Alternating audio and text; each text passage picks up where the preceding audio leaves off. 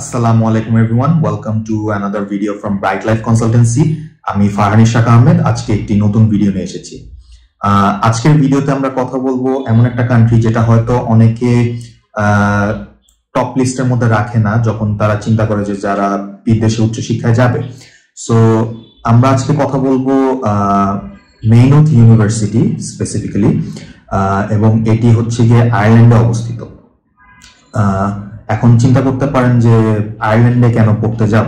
So আমি আসলে এই ভিডিওতে ওয়ান বাই ওয়ান আসবো যে কেন এটা ভালো হতে পারে, এবং দেখা যাবে ফিউচারে হয়তো এটাও মানে আয়ারল্যান্ড হয়তো আপনার স্টুডেন্টের জন্য একটা ভালো স্টাডি ডেস্টিনেশন হয়ে যাবে।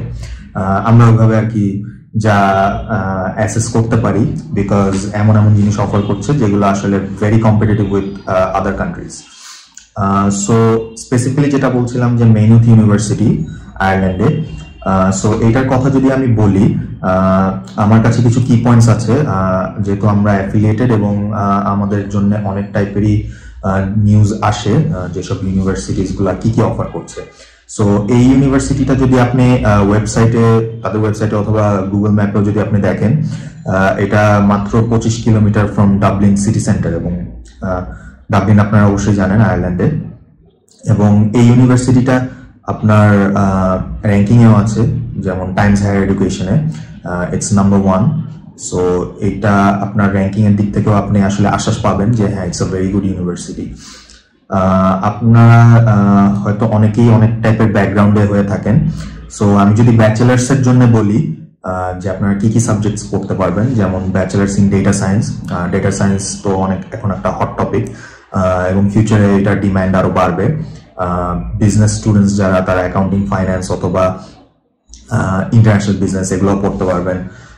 সায়েন্সের মধ্যে আছে আপনার computer science and engineering, again বিজনেসের মধ্যে এন্টারপ্রেনারশিপ, এবং অ্যাগেইন সায়েন্সের মধ্যে আপনার ফার্মাসিউটিক্যাল অ্যান্ড বায়োমেডিক্যাল কেমিস্ট্রি এগুলো অফার করছে, এগুলো ব্যাচেলার্সে।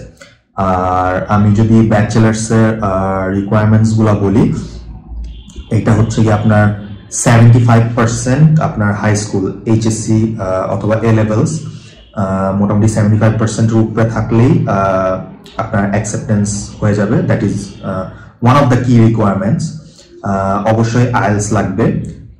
আইএলস এ হচ্ছে কি আপনার overall 6.5 with no individual score less than 6. For example আপনার রিডিং, রাইটিং, লিসনিং এবং স্পিকিং এ সবগুলোতে আপনার অ্যাটলিস্ট 6 থাকা লাগবে, এবং ওভারঅল 6.5।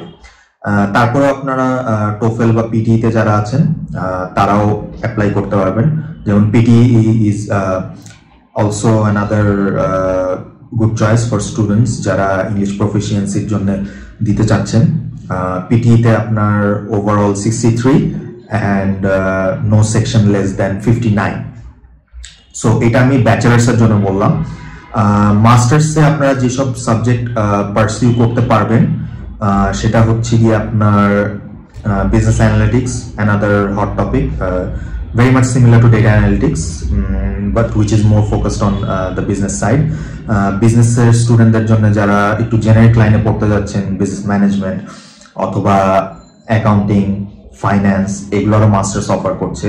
এবং যদি আমরা আপনার ইঞ্জিনিয়ারিং সেক্টরের দিকে যাই, কম্পিউটার সায়েন্সের মাস্টার্সও ওরা অফার করছে।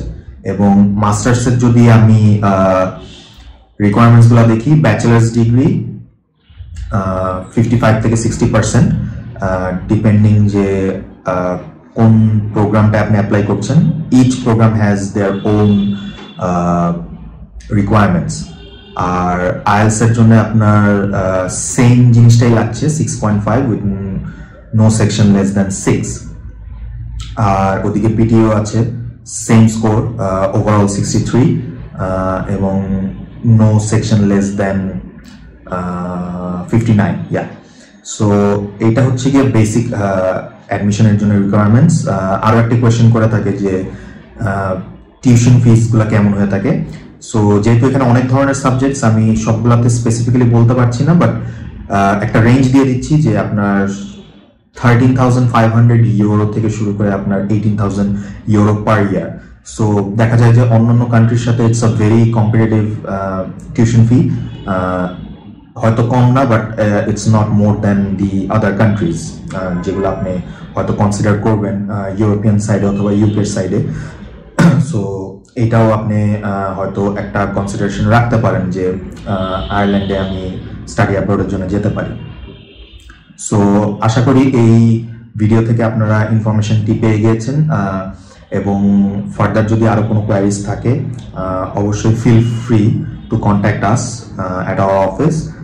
আমরা আপনার ডাউটস এবং ক্লারিফিকেশনস গুলো যতটুকু পারি আমরা অবশ্যই ক্লিয়ার করে দেবো, and will help you with the process. So আশা করি আপনাদের সাথে আবার অন্য একটি ভিডিওতে দেখা হবে। সো ততদিন পর্যন্ত ভালো থাকবেন, সুস্থ থাকবেন। Thank you so much. আসসালামু আলাইকুম।